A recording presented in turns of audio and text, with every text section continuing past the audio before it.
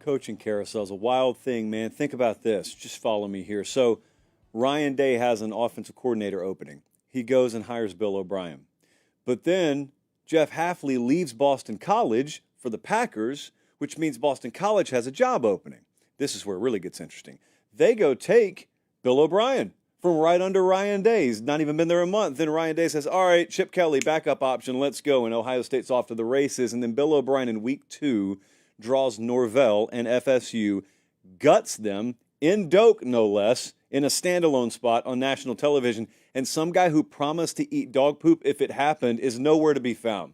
So that guy's blood is on Bill O'Brien's hands, and we've got to talk about it all tonight. Tuesday, September 3rd, the year of our Lord, 2024. We are proudly presented by Academy Sports and Outdoors and jam-packed high atop a busy downtown Nashville, Tennessee.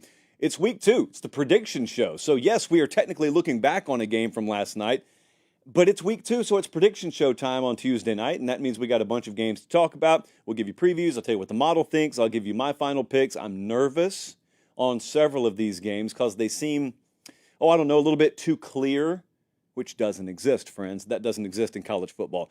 Florida State already cooked medium well to well done, and it is not even it's early September. How's this possible? I've got some things to say about what happened to Florida State last night, what's happened to Florida State in general. So you'll want to be tuned in for that. New JP poll drops as it does every Tuesday night. I told you, we are so jam-packed tonight, I think this could be a series of shows. But we can't do that because we got another one in 48 hours. So we got to get it all off the assembly line tonight. They're watching us in Spokane, Washington, Chapel Hill, Texas, Lewisberry, Pennsylvania, Enterprise, Alabama. Appreciate all you guys. Numbers are just through the roof, adding over 1,000 subs per day on average on the YouTube channel. If you haven't already, make sure you do that. I need to address the nation here. This is going to take, about 20 seconds. The other night, I didn't think I said this, but I said Notre Dame does not have an elite piece on their team. Team, it being the key word here. I said they don't have an elite unit on their team. Well, that, of course, is a lie because Notre Dame's secondary is beyond elite, could challenge to be the best in the sport this year. I meant offense. Instead, unfortunately, I said team. Notre Dame defensively, especially the secondary, clearly elite. So we're trying to expunge that from the record. I'm not going to go as far as to delete the show, contrary to what some of my former friends out there suggest I do earlier in the day today. But, yeah, Notre Dame secondary, confirmed elite. So that's how we lead tonight's show. Now, what's happening in Tallahassee, Florida? Not too much, at least not too much that's good. I can't believe it's this bad. Boston College goes in there and wins 28-14 last night. They were 17.5-point dogs, and it was never in doubt. It was gross to watch.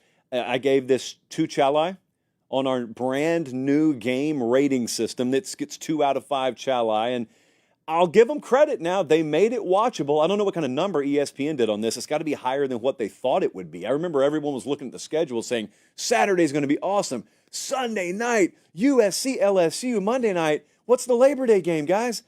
Oh, it's Boston College, Florida State. All right, well, Florida State will get right. No, they got to hand it to them. They didn't get right anything. Do me a favor. I don't often ask you guys to do me personal favors, but I got a friend. His name, we'll call him Danny. And I just like for those of you out there, any kind of prayer group, or if you've got your own prayer list, just add my friend Danny to your prayer list. He is a defeated man right now. And I don't want to give you any more information than that. It's just because of Florida State's failings early in the year, my friend Danny is struggling and he's down bad and he could use your help. So, Mike Norvell's got a problem on his hands. Mike Norvell cares a whole lot. Mike Norvell is all in. He puts his heart and soul into Florida State. The problem is his players don't care as much as he does. At least not enough of them do. And that is one of the consequences of leaning on the portal. Now, I'm going to talk about what happened, and I'm going to talk about how this roster was put together and then where it's going, because I wholeheartedly disagree with a lot of the talking points out there that have been popularized on Mike Norvell. But before I do my part in maybe taking Norvell's side a little bit, I've got some bad news. This was a Sarah McLachlan special in Doak Campbell Stadium. Boston College just annihilated, let me emphasize, annihilated Florida State up front. 263 to 21 rushing edge. Florida State had to use trick plays as a 17-point favorite at home to stay in this game because the 17-point dog was sledgehammering them in the throat all night. 39:09 to 20:51 time of possession edge. Florida State, 4 of 17, third and fourth down. Boston College in the first half had one drive that equaled more than all of Florida State's first half drives combined. Boston College had 10 runs of 10-plus yards. Florida State had one. FBS favorites this year, double-digit FBS favorites, are 71-1. Florida State in that role is 0-2 so far. And if that wasn't bad enough, Bill O'Brien hits the finisher. And the ultimate finisher in college football, the ultimate sign that I have just panched you in front of the world and you couldn't do anything about it is, I'm going to get inside your 10-yard line at home and I'm going to take a knee, essentially screaming to the world, we could make it a lot worse, but they've already bled enough. We'll dust ourselves off and we'll head back up to Massachusetts. Just a splattering. I know it was only a 2-touchdown edge here, a 2-touchdown gap. This was a splattering. You know it and I know it if you watched. So, thank you, Sarah McLachlan, a rare second appearance in a given week. A lot of you had a lot to say last night. I have a lot to say. I don't ever feel bad for guys because this is football. I mean, you got to have a winner and a loser. But Colin, do you have that tweet that someone put up earlier today? Yeah, so I responded to this. Someone said, Norvell's on the hot seat. You can't say he's not. I can say he's not. Mike Norvell's nowhere close to a hot seat. Mike Norvell's seat is fine. His team just sucks. His team's not good. His team was put together in ways that are a little bit different and atypical and non-traditional. But it's his team. That's what you got to go to war with. And they have leaned on the portal before down there, and they've won big. They did last year. They have leaned on the portal again for this team, and it's not a good team. Got some really talented players, but it's not a good team. I'm going to go back to what folks were saying in the preseason. NFL types, people who cover that team and watch practice all the time, they were fooled into thinking this was going to be a pretty good to a really good team. And the reason is because their eyes didn't deceive them. What they were seeing was a whole lot of talent at practice. Well, those guys didn't leave. They're still there. It's just they're individuals. They're not a team. They're individuals. Like they're not a unit. And that's how a bunch of kids you don't even remember the recruitments of at Boston College came in and just embarrassed them, because that's how football works, which is the beauty and horror of this game. But I'm going to tell you something. Our buddy Parker over at Stats Award made a good point last night, so naturally I'm going to steal it from him. But he's right. Nick Saban and Kirby Smart have ruined the sport for a lot of people, at least the way they perceive it, because Nick Saban got his program to an elite cruising altitude and stayed there. Never dipped, never dropped below a certain level. He was always number 1 or number 1A.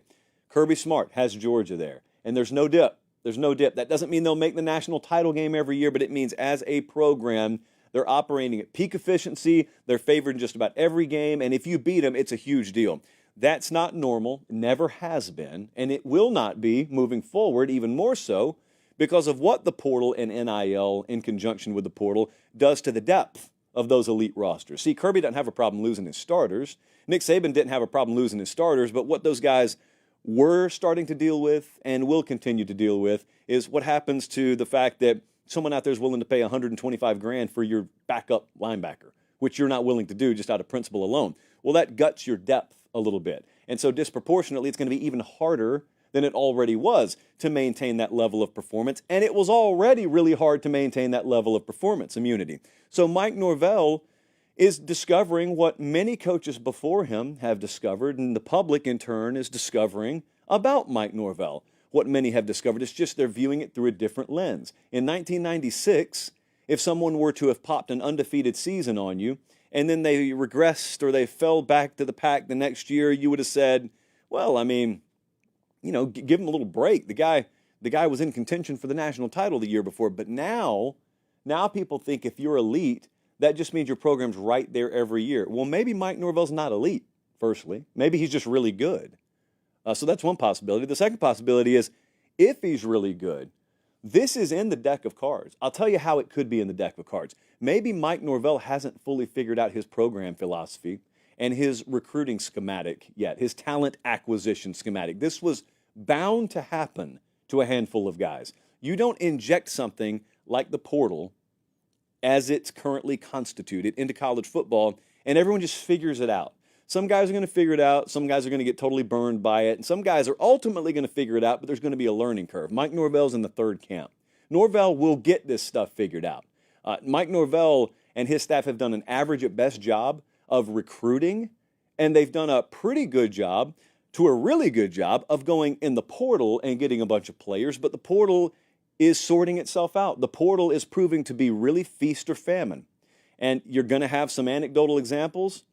Florida State last year, chief among them, of efforts in the portal that ended up being feast, and then you go and you do what Florida State did last year. But famine is going to be out there, which just goes to show you, even if you portal guys in at a high level, there is not a consistent performing top 5 caliber program long-term that's going to lean on the transfer portal. They just won't. You're going to have coaches, and I think Norvell was right to do this, that use it to jumpstart a rebuild.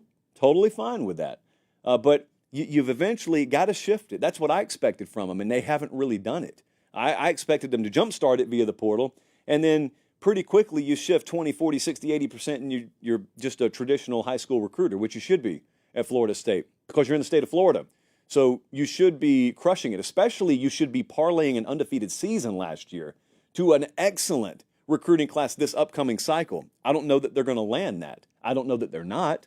But no legit head coach, I will continue to stand by this, no legit head coach, and I think Norvell is one, is going to lean on the portal long term and have sustained success. They'll just be blips on the radar screen. They'll be wild up and down inconsistency, and there's no excuse for Florida State to be that. Florida State should be a player perennially. But you only get, you only get so many tries at this. You're Mike Norvell or you're whoever. You don't get to try it one way and then try it another way and try it another way, because each way you try it is 2 or 3 years. It's not like a video game where you can try it, hit reset, try it again, hit reset, try it again, and you did that in the span of a day. That's not the way that you get to do it. So here's what I think is happening down there right now. I think Mike Norvell knows his coaching staff's probably not good enough, and there are upgrades that need to be made there, and I would agree with that. In general, I'd agree with that. But I also think he's probably looking around saying, I thought I had something on this team. I thought the DNA of this team was one thing, and it's not, and it's a problem that I wasn't aware of that. But it makes sense because these guys are not Florida State. These guys are somewhat Florida State, and then they're mercenaries who just kind of landed at Florida State, but they didn't buy Florida State. Like that's the same thing that you're looking at with Texas right now. I have talked to some folks at Texas, and they portal guys in. Texas has been really good in the portal, but ultimately, they don't want to talk about the portal at Texas. They don't want to talk about the portal at Bama. They don't want to talk about the portal at Georgia. They use it. They'd be dumb not to. But it's a supplement tool. They sell Texas. They sell Alabama. They sell Georgia. Ohio State sells Ohio State because the nucleus of your roster has to be made up of kids that out of high school, in some cases with bigger offers in the NIL market, chose you because you're a fit for them. They bought you. They bought the program, the vision you sold them. Not enough of Florida State is made up of that kind of player right now. Mike Norvell's not an idiot. Mike Norvell, I think, realizes that. The difference is I could go on a message board right now and I could just say that. Mike Norvell could realize the same thing, but the difference is it takes months and months and a couple of years to actually put that in practice. And even if you realize it, you've got to go land the kids. You got to have to compete against Miami and to compete against the other big programs in the South that you're going to recruit heads up against for athletes. It takes more than just being committed to recruiting against them, because there are a lot of programs that are committed that get their head beat in recruiting. You got to be more than committed. You got to be really good at it. That's what we got to figure out. So hats off to Bill O'Brien and the crew, because they came down there and they took advantage of their standalone spot.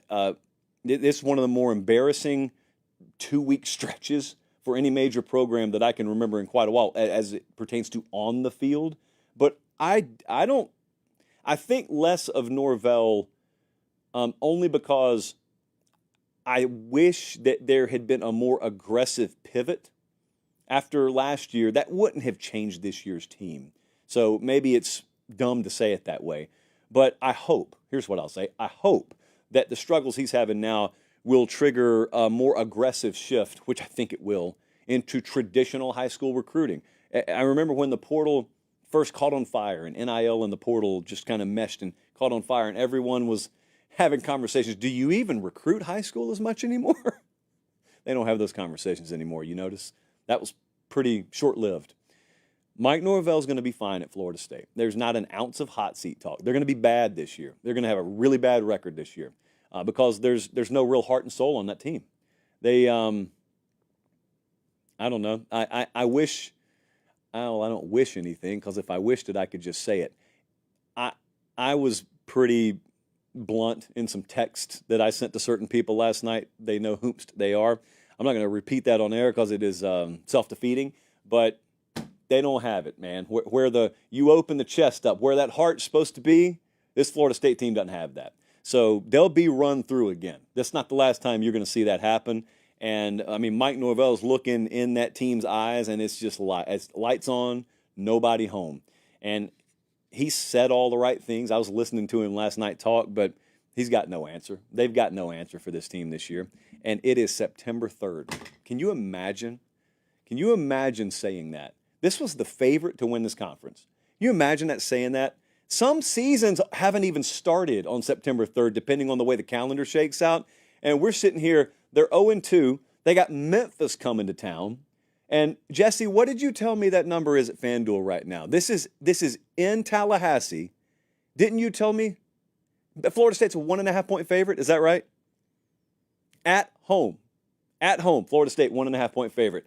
Then they got Cal coming in. They've still got to play Clemson. They've got to go to Miami. They go to Notre Dame.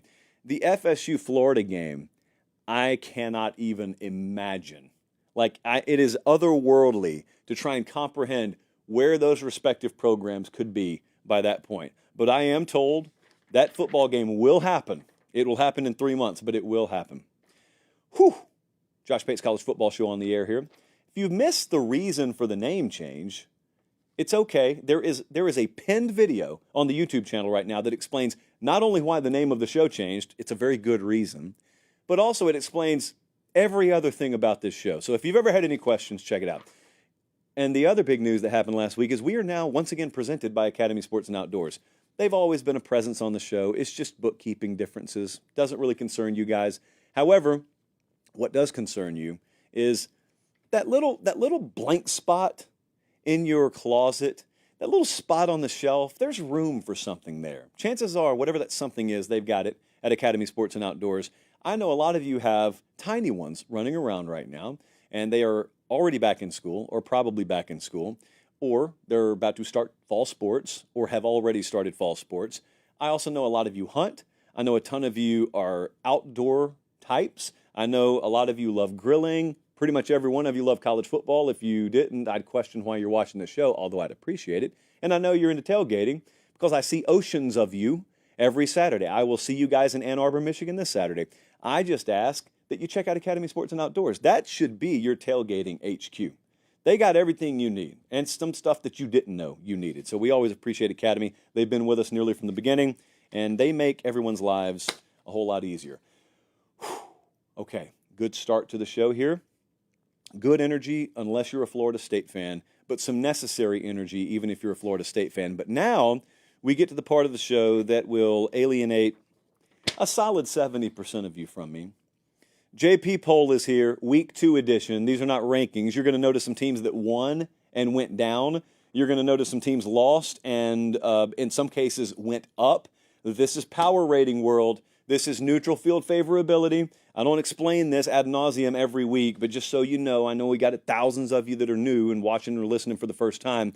This stuff's not going to make sense if you think I'm trying to rank these teams. I do not think this is what the playoff committee poll should look like if they release the rankings today. I cannot be any clearer on that, and yet there will still be disagreement. So let's dive in, and I'm going to give you some facts along the way. I'm going to give you a top 25.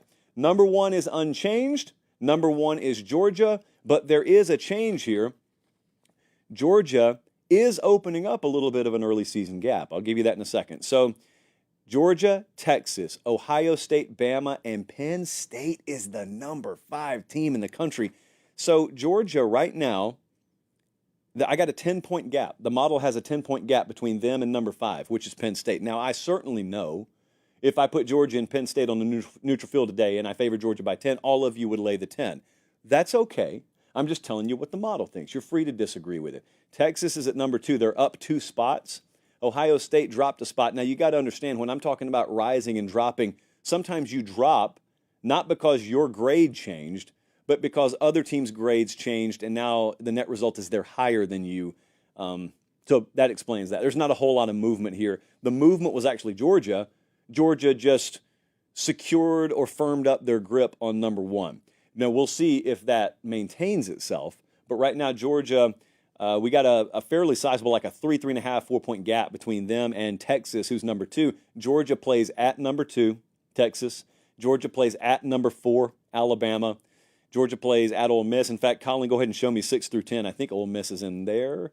Yes, they are. Georgia plays at number 9, Ole Miss. So Miami's a huge riser here. The AP doesn't have Miami in the top 10, which is just, that's why we do the JP poll, kids. Miami, we've got at number 6 right now. Highest I think we've ever had Miami since I've done this.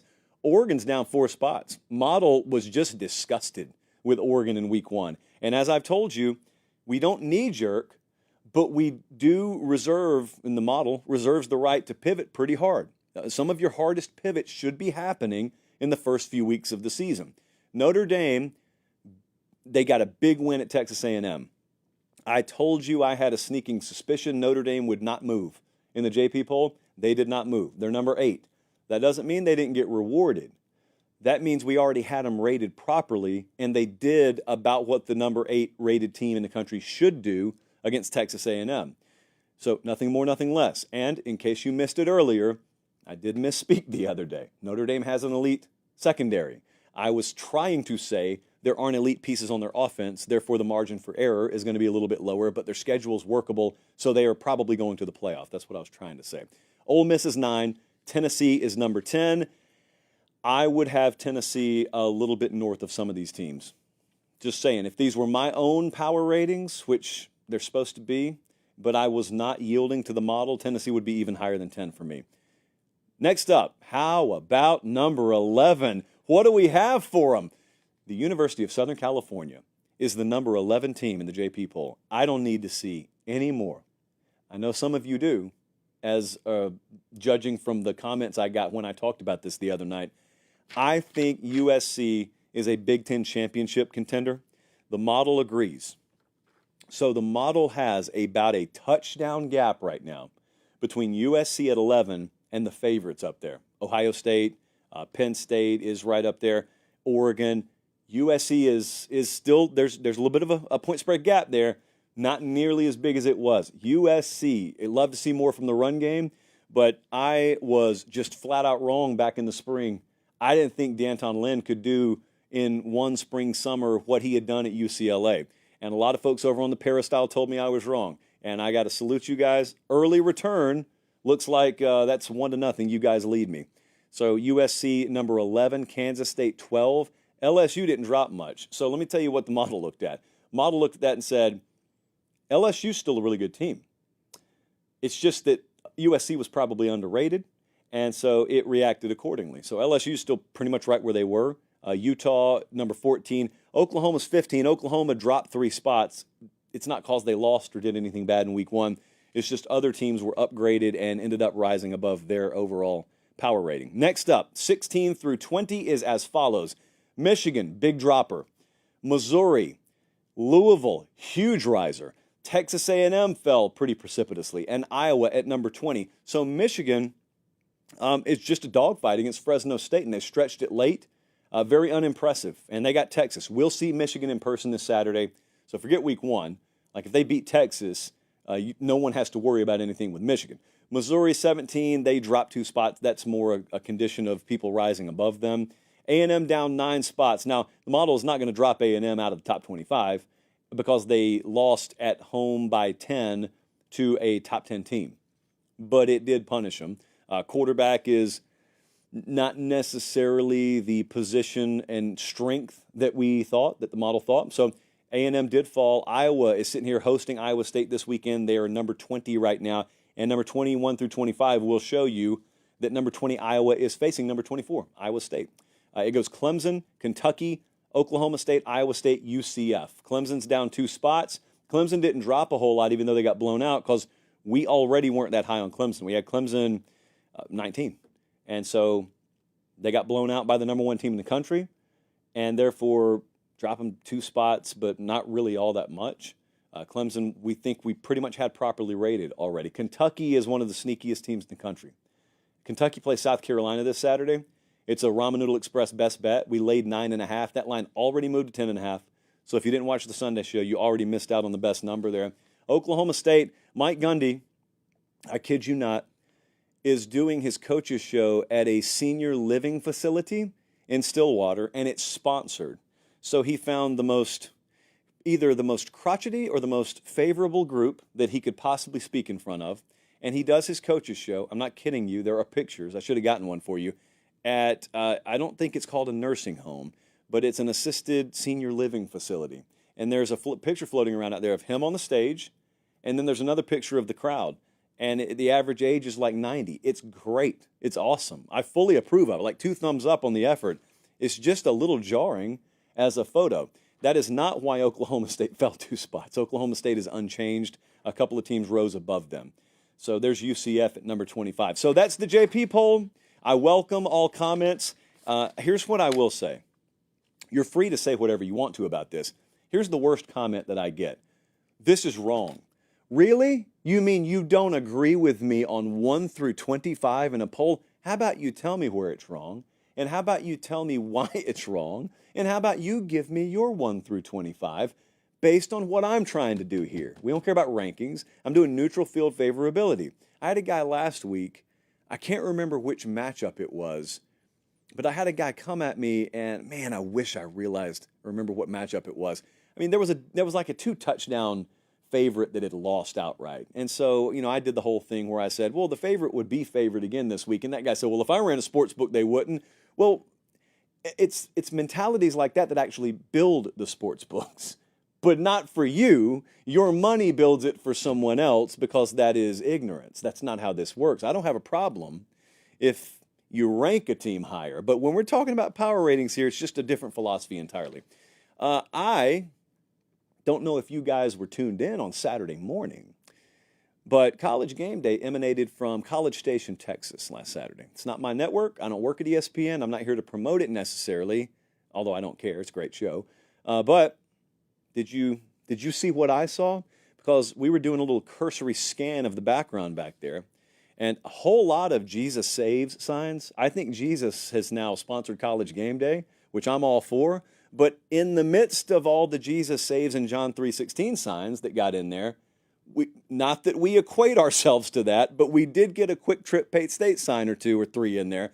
And shall I have supremacy are on the way to our respective soldiers out there in the field, because the rule around here, I always clap when I say it, is if you get this show public notoriety, you have done more for us than we could ever do for you, but we will send you a chalice of supremacy. Shall I have supremacy? Cannot be purchased. They can only be earned, and that's how you earn one. The entire tour is sponsored by Quick Trip. They are fueling our tour, and we'll be, actually, momentarily, I'm going to cover the game. We will be in Ann Arbor this Saturday. I don't work at Fox either, but it is Big Noon kickoff. I don't work for either of those networks, but College Game Day and Big Noon are emanating from the same city this Saturday, and it would be a shame. It would be a shame if our insignia crashed the party there. It wouldn't be a shame at all. Feel free. Feel free. There are no rules. Feel free to do whatever it is you want to do. This is America, after all. Do whatever you want to do. All right. Appreciate Quick Trip. Appreciate the fine folks at Quick Trip for fueling the tour. And speaking of the tour, Colin, why not? I'm going to take a little swig from the nondescript water jug here, and we will break this game down. Okay.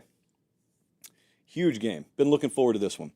Texas at Michigan this Saturday. It is a noon Eastern Time kickoff on Fox, and we'll be there. The whole new Saturday tour right there on the sideline in the big house. Been up there several times. Recently, I had Stats and Info find the number for me. I have been to 7 Michigan games in the past 3 years, and Michigan is 6-1. The one loss was to Mel Tucker, or maybe Kenneth Walker III, and Michigan State. Otherwise, they've beaten Saban with me in the building. They've beaten Ryan Day thrice with me in the building. James Franklin last year. But Washington, they won a national title, but Mel Tucker was the one that tripped them up. This is a true Week 2 special. Mima always warned to make observations but not draw conclusions in Week 1 because Week 2 has crushed many a man's bankroll before. The Week 2 special in college football is this. You watched both of these teams last week, probably. Michigan struggles, feels like they can't get out of their own way against Fresno. Now, the final score ended up looking okay, but it took a long time to get to 30-10. Meanwhile, Texas is just naming the score against Colorado State, 52-0, could have been 72-0. And your mind is working against you here because your mind sees that, what does FanDuel have this? Texas only minus 7.5. That's your first mistake. Your first mistake is saying a team's only favored by north of a touchdown against Michigan at home. This doesn't happen hardly at all. And so that's the first thing. The second thing is there's always multiple examples, exampi, plural of example, of teams that look like a race car in Week 1. And then there's a team that looks like, they are molasses in December in Week 1, and then they meet in Week 2. And you see that the psychology of going through those respective examples of Week 1 performance have an effect on how they play in Week 2. And when they meet each other, your mind is thinking in terms of highlight. Like all you think about when you think about Texas last week is you think receivers running in the open field. You think Quinn Ewers just splitting that seam right there and receiver to the house. And then conversely with Michigan, you're thinking plodding, slow, Davis Warren gets the start. But that's not a full football game, nor is it what this game will be this week. So the Michigan defense knows the game, is my point. Michigan defense does not come into this one thinking, hopefully offense can put up 35 and we'll just do our part. That will not be, in all likelihood, how this plays out. How it plays out is this Michigan defense has held 10 of their last 16 opponents to 10 points or less. And while you're probably not holding Texas to 10 or less, they come into this thing knowing we've got to play a disproportionate role in winning this football game. Now, is that unfair? I don't know. It's football, so suck it up. But I think they're totally comfortable with it. I think Michigan defensively is a unit that relishes it and prides itself in being in a position where it's not quite Iowa bad, but hey, this team here in this moment, situation early in the year, we're probably going to have to go out there and not only are we going to have to stop them, we have to take the ball away a couple of times. Maybe have to disproportionately win the average starting field position battle because we force a bunch of punts, maybe a couple of fumbles, and we start at midfield, and maybe a 10-point swing in the game happens that way. Defense, not an issue last week. There were some issues with Michigan, but defense wasn't one of them. Fresno had 9 rushing yards. Fresno's not a bad team. So what kind of game is this? If they do that to Texas, let's say I try and do the padlock stat. Let's say Texas is 2.7 yards per carry this Saturday. They're really banged up at running back. They're thin there. We've seen Michigan do this. We've seen them turn teams one-dimensional. Even the good teams, when they're one-dimensional, don't plan on that, so they can struggle. So if I were to tell you that, line 7.5 in favor of Texas. Texas is under 3 yards per carry. How much does that change this game? I'd say a lot. Can we assure ourselves? Can we make that forecast? Texas, I think, is the deepest group of pass catchers that Michigan will face all year. Oregon comes in there. Maybe you make the argument that Oregon has better top-end guys, but the depth at Michigan, Bond, Wingo, Jonte Cook, Matthew Golden, Blue's good, even out of the backfield in the pass game, and then Helm and Nyblack at tight ends, Silas Bolden's there. So they are so deep. That was the intel we started to get in the latter portions of camp. It absolutely was validated in Week 1, even against Colorado State. You can see how many weapons they have. So I'd feel great if I were Michigan that I have Will Johnson. But Will Johnson alone, or any one corner alone, is not going to answer this. It's got to be a collective effort of that secondary and those linebackers. And honestly, You got to get a whole lot of pressure up front too, but just finding a couple of openings. You're going to be able to probably limit Michigan's scoring. So you don't have to score on every drive here, but finding a few openings, yards after catch, not normally easy to come by against Texas, but the explosives, if they're there, it may not be one dude lighting it up. It may be that you look at that stat sheet and Bond's got 2 catches, but for 63 yards because he popped 1 big play. Bolden, 1 catch, but it's for 38 yards because he popped 1 big play. This Texas offense, think about this, with Quinn Ewers, lot to prove, blah, blah, blah. Those are just storylines and talking points. Their RPO game is going to be a problem for Michigan, and it's important to note that it's a same quarterback in a third year with the same coordinator he's had for a third year, so there's no figuring anything out here. Familiarizing yourself with your talent that you have out wide is one thing, but outside of that, they should be able to click here. They should. Michigan, last year, and this is one of the most important points in this game to me, Michigan last year led 95% of the snaps in football games. 95% of the snaps in Michigan games last year, they had the lead. So they didn't trail a whole lot. They did against Bama, and they were resilient, and they came back and won the game. So it's not that it was impossible, but a lot of those pieces are gone. A lot of those coaches are gone. So you've got some folks left over here that experienced that. You got some players here that experienced that, but a lot of the reasons for the experience are gone. So if this team finds itself in a hole, at home or on the road, I don't care if they play this game on the moon, how do they respond? Because Texas can do that to you. Texas can cattle prod you to the neck early in this game. I think Texas has a strong special teams edge, maybe from a personnel perspective, definitely from a coaching perspective. But at the same time, we have seen Michigan do it before. I have stood there and watched Michigan do it before. They played Penix in Washington in the national title game last year. And there were some folks, they don't admit it because it didn't happen, but there were some folks saying, man, Washington, they're just too hot. I mean, no one's stopping this passing game. Well, Michigan did. Penix was 27 of 51, and a lot of that's garbage time too. Touchdown, 2 interceptions, and you're watching it and you're saying, oh man, he's just missing. Oh man, these throws are just out of reach. Well, what do you think his hands were slippery? Michigan's got a lot to do with that. So, Colin, let's take a look at what the model thinks. The FanDuel number right now is Texas minus 7.5. Model has Texas minus 8.5. So there is a slight lean towards Texas to win and cover. I think this one's going to be a fight. Historically, in recent history especially, when we say that about a Texas game, that means the other team's going to cover or win. The big point of emphasis for this Texas team, joining the SEC, but also, even if they were still in the Big 12, needing to beat the teams they're going to have to beat to get where they want to go, has been placing a premium on toughness and physicality. Okay, so the perception is Texas is going to try and go in here and try and run all around Michigan. Michigan's going to try and run through Texas and, just classic bully ball, and can Texas withstand it? Like, can Texas handle it? The mentality from Texas should be, no, we can actually go in there and deal that out too. I think they can. Not to say that Michigan's about to get put on skates, but there's no excuse based on the way Texas has recruited and based on the mentality they've tried to instill in their program, why they go get their nose bloodied and then just cower in a corner Saturday. So I got the offensive edge here. I think Texas can do enough to match physicality that I don't think that's going to be leaned strongly against them. I'll roll the dice. Michigan fans will love this because I did it last year. I'll take Texas to win and cover. I'll take them to make the kind of statement on the road they made at Bama a couple of years ago. I will roll those dice. I'll be the one who does it. They're watching us in Wilkes-Barre, Pennsylvania, Carrollton, Georgia, go Trojans, Canton, Ohio. They're all tuned in. Appreciate you guys so much. Now, that's the big game, but that's certainly not the only game, friends.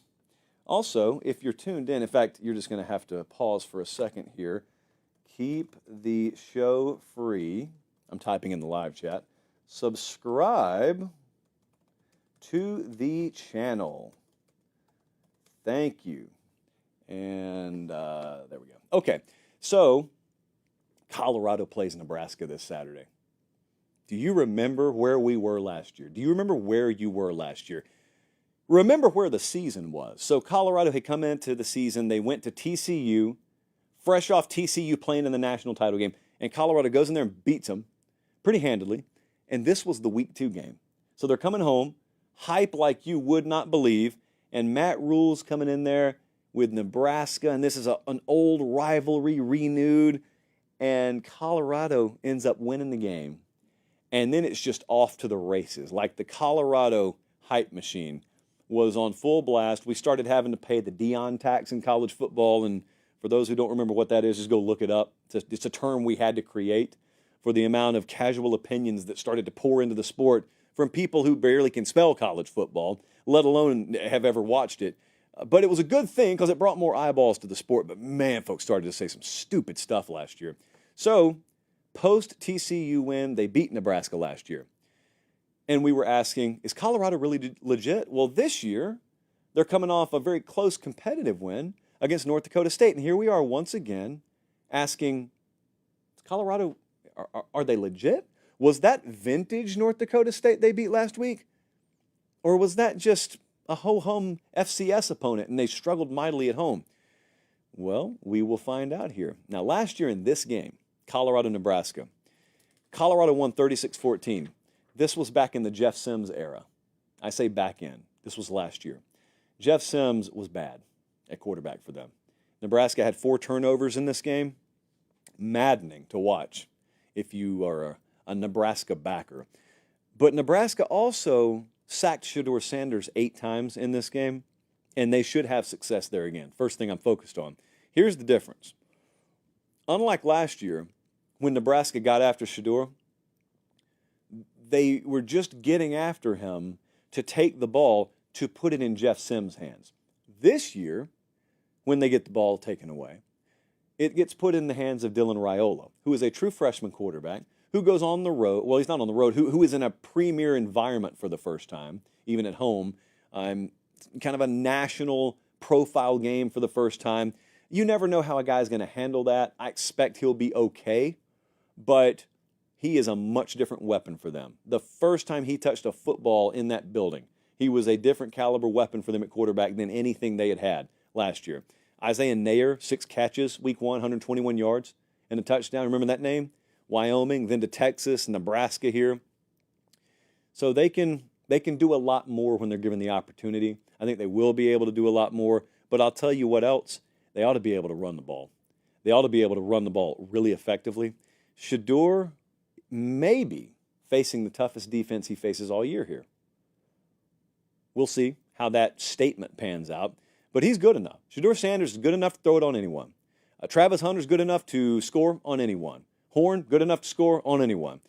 Nebraska can force longer drives here. I think one of the big keys when you watched Colorado against North Dakota State, big explosive plays they scored on was the key. And they'll do that to you if you're not careful, which is why Nebraska, there's a fine line of playing aggressive, but also being really smart and playing within your plan. And I think their plan will have some aggressiveness because they've got the personnel to do it, and they certainly got the defensive coaching staff to give them a major edge here. Nebraska's defensive coaching staff is a big tactical advantage in this game. Our grades in the model on these coaching staffs bear that out. But also, don't do it to the point where you almost got home, but Shedeur eluded you, and there's Travis Hunter all by himself. There's Horn all by himself. Don't allow that to happen. Don't think they will. And so if Colorado scores, and they probably will, if it's on a 9 or 10 play drive, so be it. 2 or 3 play drive, not acceptable. They've also got to flip the turnover script here. Last year, Nebraska had to be desperate because they got down and they had to throw the ball, and that led to more turnovers and Jeff Sims fumbling. You might end up putting Colorado in that spot this year. And either you do that or we find out that Shedeur operates seamlessly and they go into this environment and operate seamlessly, and that means Nebraska's not quite ready yet. 2 very divergent paths there, by the way. This game screams fireworks. I know it does. I know a lot of folks are thinking Dylan Raiola coming out party. Shedeur Sanders, we know what we have there. It's one of the best quarterbacks in the country. But let me just inform you, the model is blinking. There's a red light over here. And it's blinking both defenses having a major edge, coaching-wise, against the opposition. So we've got two-way D-edge here from a coaching perspective. Nebraska ran it for 222 yards in this game last year. That's the game. That's how you take all the variance out of it. If Colorado can't stop you running, and then you force them to go on long drives to score, what I just gave you the recipe for is an under. I'm not betting it yet because I think this may hit 60 or 61. When it does, I don't think it's a fireworks game as much as most other people I think will. I think we may have an under here. So, got a true freshman quarterback in Raiola. And by the way, Colin, let's take a look at what the model thinks here. The FanDuel line right now is Nebraska minus 7.5. The model is right there, 7. I thought it would be bigger on Nebraska, but it's not. A lot of points here. I think the run game plus the defense flipping the script from last year is going to be enough. I am going to take Nebraska to win this game, but because that half point is showing right now at FanDuel, I would take Colorado plus anything over 7. So I think it'll be a competitive game. I do think Colorado will hang here, more than hang. I think they've got a shot to win the game, and they'll be there at the end. I think that. There's a world where it's a blowout. I don't think we live in that world, but I think there's a world where that happens. But I'm going to take Nebraska to win, Colorado to cover. I'm more interested in the total. I just want to see what happens with that. I think we got a lot of over money that still has time to come in. Okay, let's move on. I got something to talk to you guys about here in just a second. We got something happening in college football right now that I'm excited about. Quick reminder. So our numbers are wonderful on the channel right now. Do me one small favor. Check and make sure you're subscribed, because a lot of you think you are. Even if you think you are, check, because I did this with 2 of my favorite channels the other day, and I was not subscribed to them. I don't know what happened. Somali hackers probably got to me. But nevertheless, on podcast and YouTube, make sure you're subscribed, and then go recruit 5 of your friends to do the same thing. And that is the only favor that I will ever ask from you. Thank you so much. You're doing it every day, over 1,000 per day right now. I just would love that to continue. It's a nice little boost of emotional support in the morning when we get the analytics update. Here we go. I am excited about this piece of paper I hold in my hand. I think something's happening in college football, and individually, I know all of you saw it in week 1, but collectively, we need to think through this together for just a second. Now, I know you guys have friends, or maybe some of you yourselves have said, college football is just better when certain teams are good. I've never wholeheartedly bought into that. Like, Texas was bad for a long time. College football was fine. Notre Dame, there have been periods where they're bad. College football has been fine. Bama's been in the wilderness before. College football survived just fine. However, it is true, I think, that there are about 10 teams that control a majority of the interest disproportionately in the sport. And if a large combination of them are good and relevant at the same time, it's undeniable that it upgrades the national interest in the sport. So anything that upgrades the interest in our sport, it's okay by me. That's why I've never had a problem with Deion Sanders. I think it's happening right now. College football's not hurting for viewership, but do you notice what's happening right now? Miami trucked Florida in the swamp in week 1. USC just beat LSU in week 1. Notre Dame went into Kyle Field in College Station as a dog and came out with a win in week 1. All 3 of them are 3 of the biggest brands in this sport. 2 of the 3 have been out in the desert for quite a while, and Notre Dame has not wandered away, but they haven't been at the playoff table in a few years, and all 3 of them beat SEC teams en route to moving to 1-0. The odds to win the national championship right now, if you're looking on the screen, Southern Cal's on the list now. Miami's 4, 8, 9th in the country in national championship odds, and Notre Dame's 7th, 4th, 5th, 6th, 7th, yeah. So we got 3 of our big names that at least through 1 week appear to be back at the head table. Now, I made this point the other night, and I love all of you. I think I can predict where a lot of the reaction's going when I say something. So I would not have it any other way. The other night I said, USC, Notre Dame, and Miami look to be playoff contenders, and many of you are not ready for this. And what I mean is, I don't think a lot of you, we have a massive high school and college-aged audience. A lot of you have never lived in that world. I have. I've lived in a world. I mean, it was back in the early 2000s mid-2000s, etc. We had Pete Carroll making a run at USC. One of their most memorable games was against Charlie Weiss and grass about that high up in South Bend, back when they still believed in real grass up there. And then we were coming out of the early 2000s where Miami had just won another national championship with maybe the most talented roster pound for pound of all time. And all of them were good at the same time. And then the next 20 years, unbeknownst to us, was going to feature none of them at the head table for periods, and at least 2 out of the 3 not serious contenders. Well, what do the mid-2020s on have for us? What do the next 10 years of college football have for us? Look, I watched the same game you guys did Sunday night. I watched USC go toe-to-toe with LSU. I watched them win, picked them to win, but still had my doubts that they could do what they did defensively. I mean, Garrett Nussmeier played a good game the other night. And for that matter, so did Miller Moss. Played a better game, in fact. And so they've got Caleb Williams leaving. And I told you, I think I said on the show multiple times, coming out of Big Ten Media Days and just talking to folks around USC, it's not that they said, oh, we're so glad Caleb Williams is gone. No one's foolish enough to say that. But what they said is we are really confident in what we have. And there were some who were even willing to go as far as to say Caleb was wonderful, but when it comes to playing within Lincoln Riley's system, we're as or more excited about having Miller Moss than we even were him. Which sounds like sour grapes because the guy's walking out the door until you see Miller Moss play within Lincoln Riley's system, and then all of a sudden you realize, they were right, he's really good. Oh, a lot of that confidence probably stemmed from these dudes they have in this wide receiver room. But that wasn't the takeaway, because Lincoln Riley's had explosive offenses before. He talked in January about how he was shifting that entire program philosophy.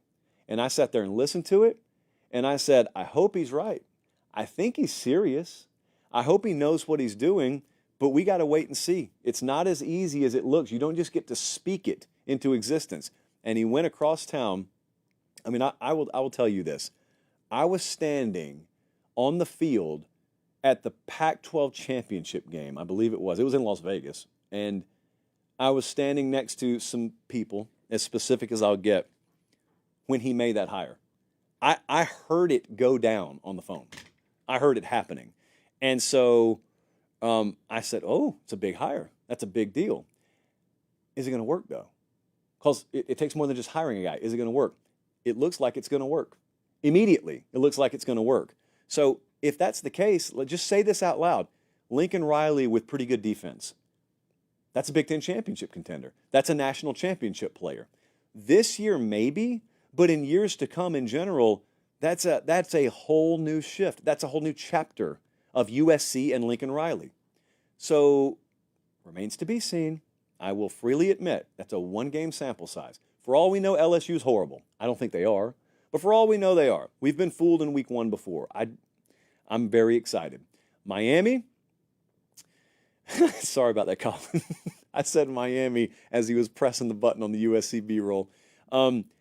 So what do we think about Miami? Listen, I know that a lot of you hate Miami, a lot of you hate USC, a lot of you hate Notre Dame. I would never change that about you. So I know that your mind and your heart especially is telling you when you see good results from these teams, it's fool's gold. No way, no how. And you'll be drug kicking and screaming to the table of admitting that these teams are going to be legitimate for a while. I think Miami's the same thing. I think Miami's been building towards this for a couple of years. I think that Georgia Tech outcome last year, it gave all the ammunition in the world to people who want to doubt Cristobal as a head coach. No one doubts him as a recruiter, a talent acquirer, but people doubt him as a game day coach. People doubt him and his ability to put together a good staff. I think he had a good staff last year. I think they got a good staff this year. They made some dumb decisions in a game that lost them a game, and it derailed their season, and quarterback went total deer in the headlights, and they turned the ball over a lot, and they lost last year. But lost in all that was they improved last year. And then they started stacking a second recruiting class on top of the first one they got, and they went and got Cam Ward and went and nailed it in the transfer portal. And they got the best roster in the ACC now, in my opinion. And they ought to win the ACC. And they ought to be an 11-game-plus winner this year. and they ought to go win the conference and have a first-round bye in the playoff. That's what we predicted in the summer. That's what they look like they're en route to now. Long way to go. But they're the favorite at FanDuel right now, as you see, to win the conference. But is it long-term? Are they back long-term? Because Florida State won this thing last year, and they're terrible now. So is it more than just that? USC, Miami, is it more than just that? I got less doubt about Notre Dame than any of them because Notre Dame hasn't been bad. Notre Dame lost Brian Kelly and put Marcus Freeman in the head coaching position, and now a couple of years later, they're still winning. They're a better recruiter than they were when Brian Kelly was there, but the pair of coordinators he's got. And think about Al Golden and think about Mike Denbrock being there. That may be the best coordinator duo, certainly one of the best coordinator duos in the country. They were willing to go coach for him. When the best with options are willing to buy in and go coach for a guy that doesn't have a lot of head coaching experience, that says all you need to know, in my opinion. The fact that Notre Dame bet on him also says a whole lot about the quality and caliber of Marcus Freeman. And so now they're not going anywhere either. Like Notre Dame, you can argue with me whether they'll be elite at any point. You can argue with me whether they'll take the step into national title contention. That's a show for another day. I'm just telling you, Notre Dame, Miami, and USC all being here again, it's meaningful. It's not meaningful for you and me because we would watch anyway. We would watch if these teams were winless because we love college football. It's what we live for. But your cousin Leroy, your mom, who is drawn to the golden helmets, Traveler, the Trojan mascot that rides the horse up and down the sideline, Sebastian the Ibis, watching games in Miami with palm trees and the B-roll as they go to and out of breaks. These are the sorts of things that draw people in, not to mention these are huge media markets that draw people in that otherwise wouldn't be watching college football. And then once they're here, it's up to us to turn them into P3, P2, P1, and all that. But that's okay. So I wish Lincoln Riley the best. I wish Mario Cristobal the best. I wish Marcus Freeman the best because I know some of you don't want to hear it, but those three winning is a win for us all in a way. In other ways, it's terrible and it's a nightmare, and I do get it. Let's continue. Got some more games to predict, and it's a big week for me. It's Iowa State week. In the meantime, I got a couple of Ramen Noodle Express best bets we're going to get to as well. In the meantime, we have friends of the program. I can't tell you, in the 4 years that we've done this show, how many people in this industry, people I grew up watching in some cases, have reached out and have offered constructive feedback. They've offered support. And maybe one day we'll just have a show where we name all those names. I'm naming one right now. Joe Tessitore has ridden with us from the beginning. Joe Tess has been one of the biggest champions of this show. He is, in my opinion, the best play-by-play guy in college football right now. Now, I would have said that before we got to know him. Actually ran into him Saturday. There's a picture on the screen if you're watching on YouTube. But let me tell you something. I've had a couple of lengthy conversations with that man. Joe runs his own production company. For those of you unaware, he's college football, but he does boxing. He does entertainment. And you know what he did last night? He debuted as the new play-by-play man for Monday Night Raw. So Joe Tessitore, think about this lifestyle. Joe Tessitore is doing one of the biggest college football games in the country every Saturday. Then he's hopping on a jet and flying to whichever city WWE is in, and he's doing Monday Night Raw. College football and pro wrestling. And being, in some of our opinions, the best voice at both tables is unbelievable. So we gotta clap it up for our guy Joe Tess, adding pro wrestling, because we can call it that again, I'm told, adding pro wrestling duties to his portfolio, which is quite expansive and impressive, and he has been a huge help to us. He gives some of the... I've changed things about our show because of feedback he's given. I'll just tell you. So if you needed any more reason to like Joe Tess, there you go. Big fan of his work, and he has been a longtime supporter of us. So congrats to Joe Tess. Monday Night Raw. What a world we live in. Okay, Tennessee plays NC State this Saturday night. They play in Charlotte. Boo on the neutral site, but golf clap on the fact that we do get to see Tennessee against more than UT Chattanooga. All due respect to the Mocs. NC State looked absolutely atrocious in week one. They played like a CPR dummy, basically. It was bad. And they ended up late pulling away from Western Carolina. I mean late, and 38-21 was the final. So what we thought about NC State was offense probably improved. Big question mark. Defense, not as good. Check. We got that right. So the parts of the team that weren't going to be as good, we're right on. The part of the teams that were supposed to be better, we don't know yet.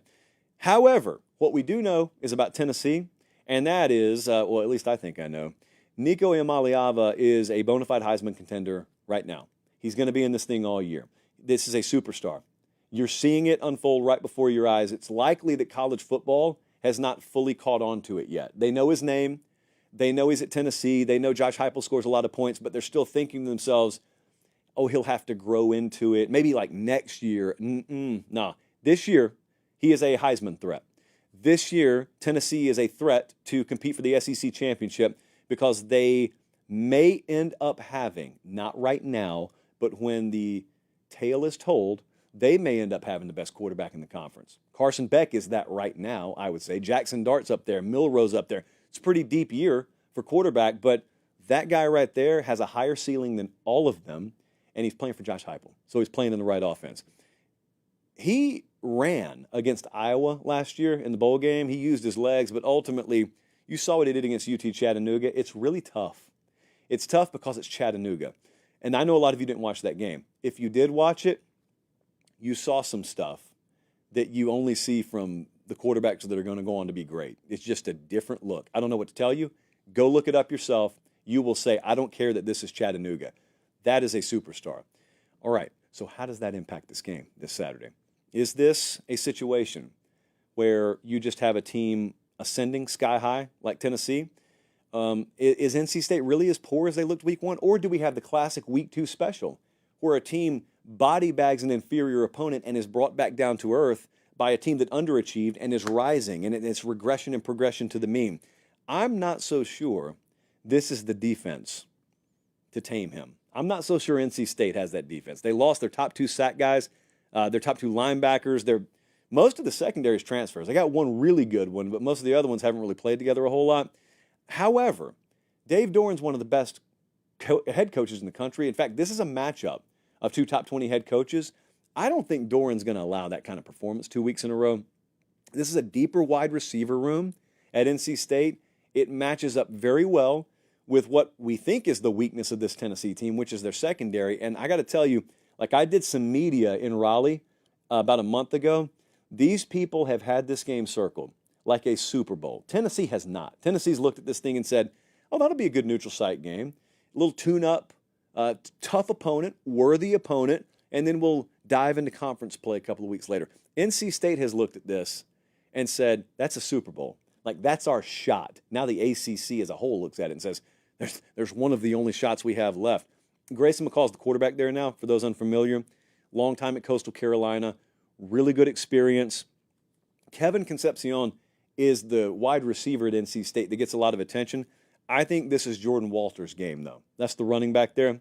He is as important outside of the quarterback position as anybody on this offense, because that will be an indication, if he has a big night, that they've limited Tennessee possessions and that they've controlled the game and that they have been able to play the game they want to. These are two top 20 head coaches, as I said. Tennessee, 4.5-star offensive coordinator. It's Heupel. Like, that's who we're talking about. Versus NC State, we've got NC State as a 4-star grade at defensive coordinator. So it's a really good play calling matchup there. It's excellent offensive support staff grade at Tennessee. It's an excellent defensive support staff grade at NC State. We just questioned the personnel they have this year. So it's sneaky good coaching matchup here. Colin, let's take a look at what the model thinks. The FanDuel number right now is Tennessee minus 7.5. I thought the model was going to be a lot bigger on Tennessee. It's not. Tennessee minus 8. But I think Tennessee's in ascension mode, and I think they're just better than this. I think the number should be higher. So that's a square opinion on this game. I will admit that to you, but Merle Haggard once said, sometimes squares can have a ball.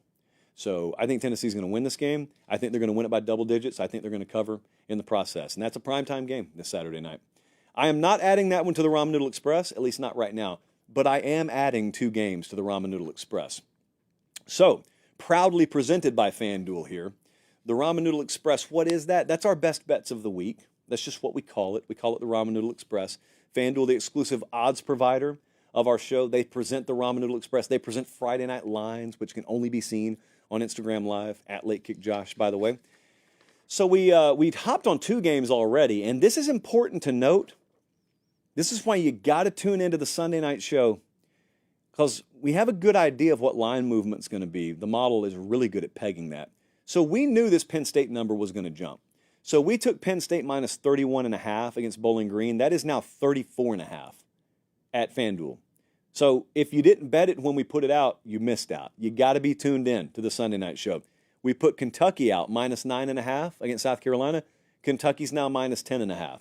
So 4 points worth of swing there in our direction on just those 2 games. Well, I have 2 more games for you tonight. So let's see what these numbers do.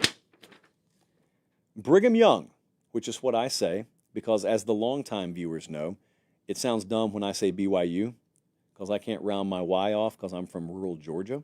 So Brigham Young, plus 10.5 at SMU. That's a Friday night game, right, Jesse? Friday night game, yeah. So we're taking Brigham Young, and we're taking App State, plus 17.5. Now, this is supposed to be a spot against Clemson, where Clemson just played Georgia. So here's what it's supposed to be. A lot of folks are going to bet Clemson in this game, because it's one of those things where, number one, Clemson's mad. They're coming back home. They're licking their wounds. Plus, Georgia makes a lot of folks look bad, and it made them disproportionately look bad. And now they're only laying 17.5. And this will be the one where a lot of folks jump on App State, especially because they get the 17 in a hook. But Clemson ends up winning 30-6. Well, we don't think that's going to happen. So that's why we're going to take App State plus 17.5. So Brigham Young plus 10.5, App State plus 17.5. So we're on 4 games so far. We will probably, it looks like I'll add at least 4 more before the week is over. And that includes Friday Night Lines. It's not final until Friday Night Lines, which is Friday night. I normally put out the start time about an hour beforehand, but it's exclusively on Instagram Live. And if you want to sign up at FanDuel, first rule is not click on the QR code. First rule is you better make sure you have money you can afford to part ways with. Not that we plan on losing, but don't ever bet a dime that you can't afford to lose. And if you can't afford to lose it, do not sign up. If you can, and you can responsibly have some fun with this, there's a QR code right there, or you can go to FanDuel.com/CFB promotion. That will let them know that we sent you. I've saved the most personal part of the show for the end here tonight. Iowa State versus Iowa is this Saturday. Believe it or not, it is the 3:30 CBS game of the week. So Brad will be there, Gary will be there, friend of the program, Jennifer Dell, you know her as Jenny, will be there. This is the hardest position that I've been in all year, immunity. Because the model, I'm just going to spoil the ending for you, it kind of sort of leans Iowa. Iowa has won 7 of the last 8 in this game. The last 6 have all, oh, don't put that up, Colin. I hate that. It's accurate. The graphic's accurate. I just don't like it. Whatever. Keep it up. Iowa, this game's been close. So the last 6 have all been decided by 10 or less. The under, which currently sits the total, I think, at 35.5. The under is 17-2 in the last 19 here. That's like Army-Navy levels of underage. How much better is the Iowa offense with Tim Lester as the OC? They won 40-0 against Illinois State last week. It was 6-0 at the half. So, remains to be seen there. Now, Iowa State is down a pretty important piece here.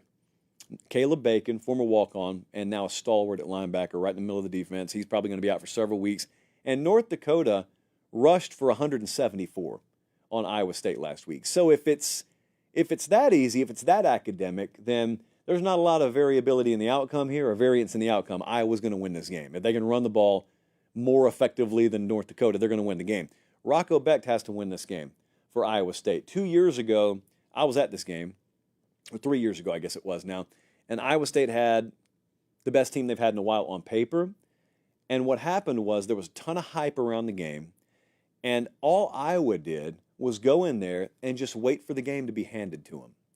And that's exactly what happened. Multiple turnovers. Iowa didn't have to force anything. They knew how to play the moment, and they just sat there and waited. And Iowa State, sure enough, handed them the game. So this year, Iowa's got, to me, a more impressive tailback in Sama. They've got more impressive wide receiver skill, including Jalen Knoll. They've got the better quarterback in Rocco Becht. You're facing one of the best in the world at forcing turnovers.